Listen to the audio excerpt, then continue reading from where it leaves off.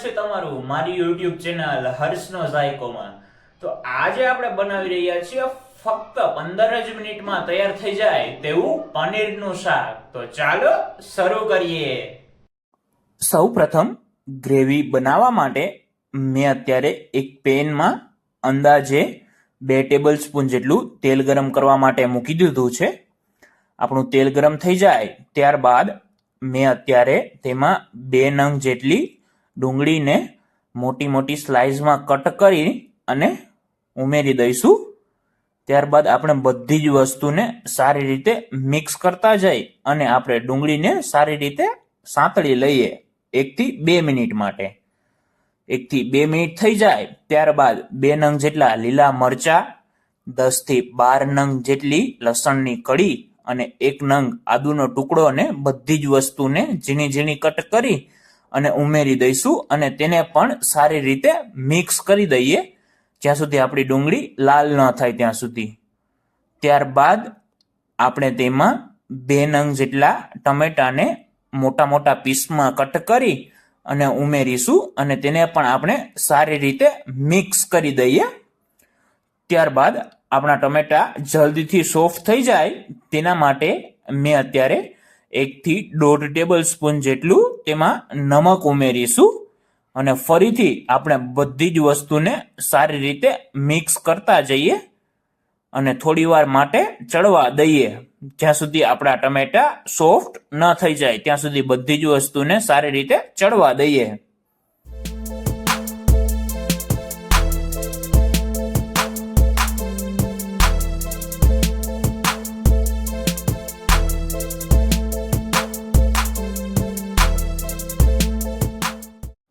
તમે સ્ક્રીન ઉપર જોઈ શકો છો કે આપણા ટમેટા પણ એકદમ સોફ્ટ થઈ ગયા છે અને સાઈડમાંથી તેલ પણ છૂટું પડી ગયું છે। આ સમયે આપણે ગેસની આંચને બંધ કરી દઈએ અને આ મિશ્રણને ઠંડુ થવા દઈએ। આપણું મિશ્રણ ઠંડુ થઈ જાય ત્યારબાદ તેને મિક્સર જારમાં ઉમેરીશું અને આપણે તેને સારી રીતે પીસી લઈએ। આપણે જે પેનમાં ગ્રેવી બનાવી હતી તે પેન મેં ફરીથી લઈ લીધું છે, તેમાં 1 ટેબલસ્પૂન જેટલું તેલ ઉમેરી દીધું છે। આપણું તેલ ગરમ થઈ જાય ત્યારબાદ મેં અત્યારે 200 ગ્રામ જેટલું પનીર લઈ લીધું છે, તેના ચોરસ ટુકડા કરી લઈએ અને તેલમાં આપણે તેને સારી રીતે સાંતળી લઈએ જ્યાં સુધી આપણું પનીર લાલ ન થઈ જાય। આપણું પનીર લાલ થઈ જાય ત્યારબાદ આપણે તેને એક પ્લેટમાં કાઢી લઈએ। તમે સ્ક્રીન ઉપર જોઈ શકો છો।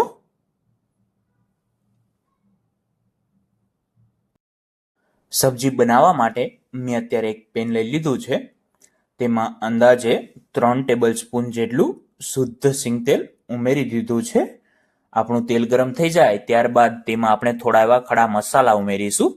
તેમાં 1 તમાલપત્ર, 2 લંગ જેટલા લવિંગ અને 1 થી 2 તજના ટુકડા ઉમેરીશું અને ત્યારબાદ 1 થી 1.5 નંગ જેટલી ઝીણી સમારેલી ડુંગળી ઉમેરી અને બધી જ વસ્તુને આપણે સારી રીતે મિક્સ કરી દઈએ જ્યાં સુધી આપણી ડુંગળી સોફ્ટ ન થઈ જાય અને એકદમ લાલ ન થઈ જાય ત્યાં સુધી બધી જ વસ્તુને ચડવા દઈએ।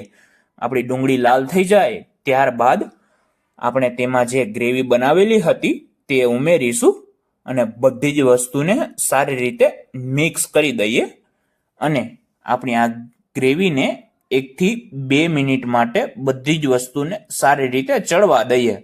1 થી 2 મિનિટ થઈ જાય ત્યારબાદ આપણે તેમાં થોડું એવું પાણી ઉમેરીશું અને ફરીથી બધી જ વસ્તુને સારી રીતે મિક્સ કરી દઈએ અને અંદાજે 2 થી 3 મિનિટ માટે બધી જ વસ્તુને ચડવા દઈએ। આપણી ગ્રેવી જેટલી ચડશે એટલું જ આપણું શાક એકદમ ટેસ્ટી બનશે।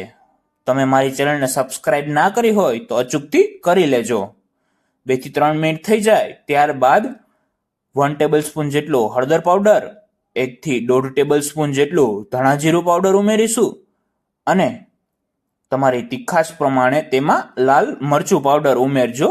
મેં અત્યારે તેમાં 1 ટેબલસ્પૂન જેટલો ઉમેર્યું છે। ત્યારબાદ ચપટી એવો ગરમ મસાલો ઉમેરીશું અને બધી જ વસ્તુને મિક્સ કરી દઈએ। ત્યારબાદ આપણા મસાલા બળી ન જાય તેના માટે મેં અત્યારે અડધો કપ જેટલું પાણી ઉમેર્યું છે અને બધી જ વસ્તુને સારી રીતે મિક્સ કરી દઈએ.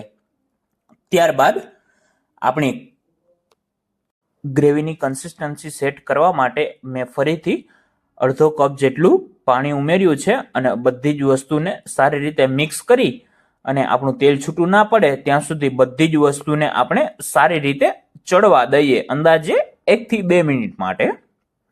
ત્યારબાદ 1 થી 2 મિનિટ થઈ જાય અને તેલ છૂટું પડી જાય ત્યારબાદ આપણે જે પનીર તળેલું હતું તે ઉમેરી દઈશું અને ફરીથી બધી જ વસ્તુને મિક્સ કરી અને 2 મિનિટ માટે ચડવા દઈએ.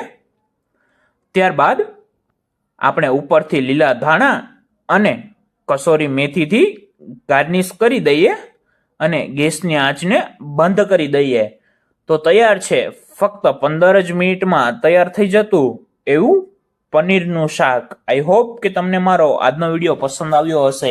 જો પસંદ આવ્યો હોય તો ફટાફટ લાઈક કરી દો, મસ્ત મજાની કોમેન્ટ કરી દો, મિત્રો સાથે શેર કરી દો અને હજી સુધી તમે મારી ચેનલને સબસ્ક્રાઇબ ના કરી હોય તો અચૂકથી કરી લેજો.